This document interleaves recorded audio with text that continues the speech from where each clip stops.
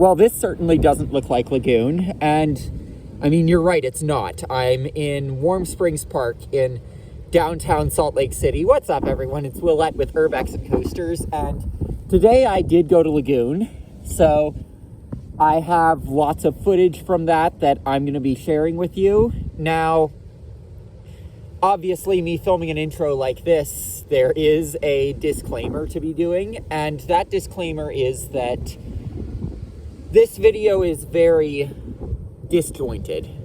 And I know a lot of my videos are that way, but this one especially because generally when I'm doing a video, I have a flow planned, but today at Lagoon, I did not have a flow planned. And that was for a couple reasons. One was because it was a new park and I had to make sure I got the credits. I was able to do that fairly quickly, although I missed out on 3 of them. And the other reason was that it was raining. And you can probably guess which 3 credits I missed out on because of that. But anyway, this video is going to be more disjointed than even is normal for me. So now enjoy the video as I edit while sitting in these hot spring pools. Oh, and by the way, yes, this is the place where that abandoned hot springs pool building was that I visited in February of 2024. So way more than a year ago, I was here when I was first moving west. So yeah, you haven't done shit in almost 2 years. Give me a break. Your hand to defeat the ancient enemies that have overtaken our land. Cool animatronic here. This rockwork here is amazing. Look at all that. And this is all done in-house. So, I mean, look at this. Come on. Ready? Gotta love how they have these number of tickets signs up when you can only buy all-day passes here. I mean, it's one of these quirks about this park. What? So, we are on the Sky Ride. We've got a cool coaster corner over here. We've got the Wild Mouse, we've got Spider, which is the Mauer Spinner, we've got Colossus and Wicked, all in this little pocket area here. And, you know, this little pocket, I'm just gonna say, this Wild Mouse, it runs pretty aggressive if you can get a rain ride. So, if you're able to get a rain ride, highly recommend it. Colossus, it's a great Schwarzkopf. Wicked, first half is great. Second half after the mid-course, I mean, could use some work, but the first half is amazing. And then Spider, it's good when the trims aren't running in the rain, but then when the trims started hitting, it was sort of, but I love this little coaster corner. Love Colossus, love Wicked, love the Wild Mouse when you can get a rain ride. And then over here we've got the wooden coaster, we've got Cannibal, we've got a few other things over here. Here's a look at their wooden coaster that they just call roller coaster, and I mean, it does have both wood and steel track because it does have Titan track on the brake run and as the transfer track. So so this will be an all steel coaster someday, I am betting.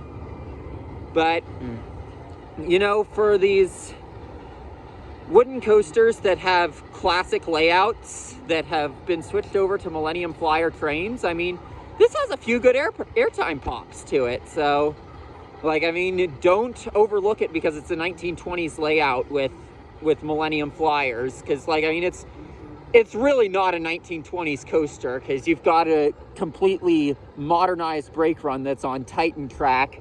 None of the wood on the support structure is older than 2004, so I'm older than any of the wood that's on it except for maybe the sign that says do not stand, which I wouldn't be surprised if they replaced that. But you know, it's cool to have ridden it. And then there's Cannibal over there.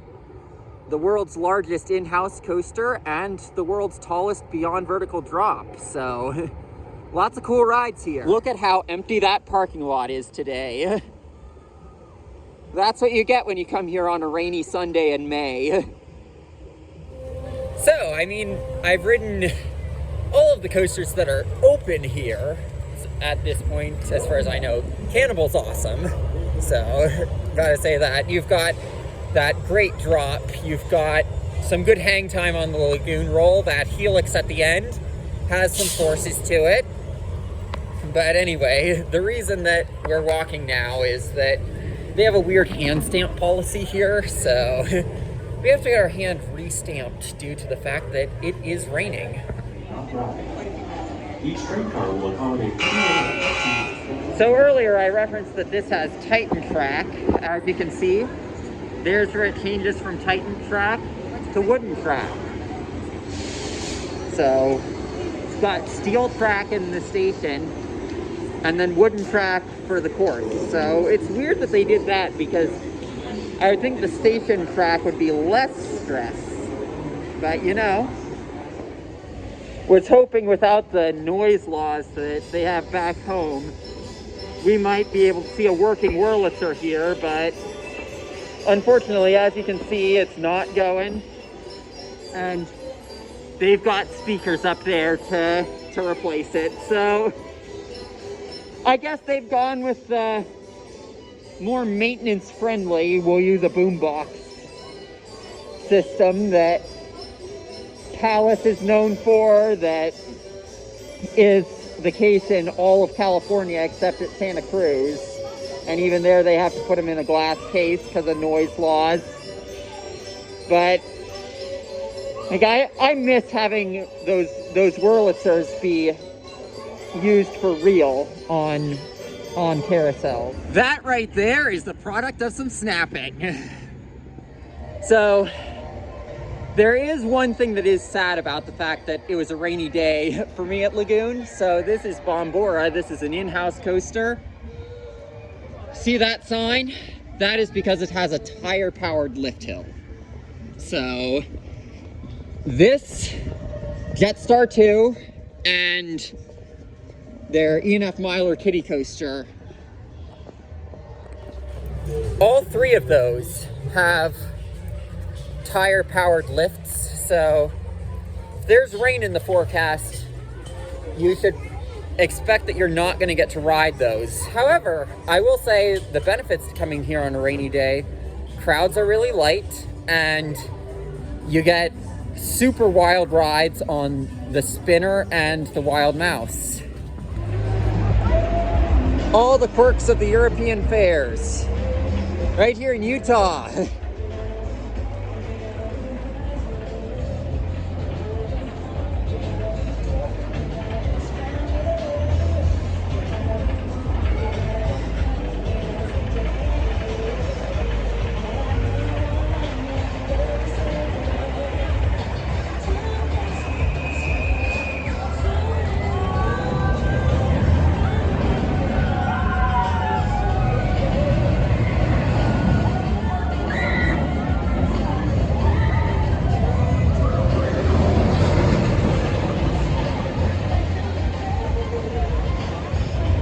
Here at Wicked, look, they have an overhead track diagram there that will show when the launch is in progress, and it's completely exposed for you to be able to see. Why, I certainly wish it still had those trains. That's sad to look at, but glad it got rebuilt. Gotta love this park. So, I mean, today was a pretty good day at Lagoon. I mean, I got 8 out of the 11 credits. I missed Bombora and Jetstar 2, which a lot of enthusiasts miss because they come alone. I could have gotten the credit, but if it was open, but it's not because of rain. And of course the kiddie coaster. And the reason is all of those have tire lifts, so you know, I was not able to get on those, but you know, it does come with benefits that it was, I know it doesn't look like it now, but today was a very rainy day. So, in the morning, I was able to get some insane rides on Wild Mouse and Spider, where it was running without any trim brakes. Like, legit, no trim brakes. The Wild Mouse had airtime on it. Like, I mean, I know that I never got to ride the wooden Wild Mouse at Blackpool Pleasure Beach, but you know what, Cupcakes and Coasters, if you know about her, what Jordan has said about the Blackpool Wild Mouse, I'd say my experience on the Wild Mouse here at Lagoon when it was trimless, because it always is in the rain, was comparable to what she says about the Blackpool Wild Mouse. And I mean, with Spider, I'm just gonna say I know a lot of enthusiasts rave about Sierra Sidewinder at Knott's for having an insane spin. Oh, if you think Sierra Sidewinder has an insane spin, you have not ridden a trimless Mauer spinner. You have not had that opportunity yet if you think Sierra Sidewinder is insane. Also got more than 20 rides on Cannibal, so of course that's awesome. I loved Colossus and Wicked, because those were great. Colossus, it's just like the European Fair Circuit. It has all the stuff I've seen in the videos from there. And yeah, so like, I mean, I'm pretty happy with this park. I definitely do want to come back here someday to get on the 3 coasters that I missed. But like, I mean, this is an independent park, so I can be wearing this all day here.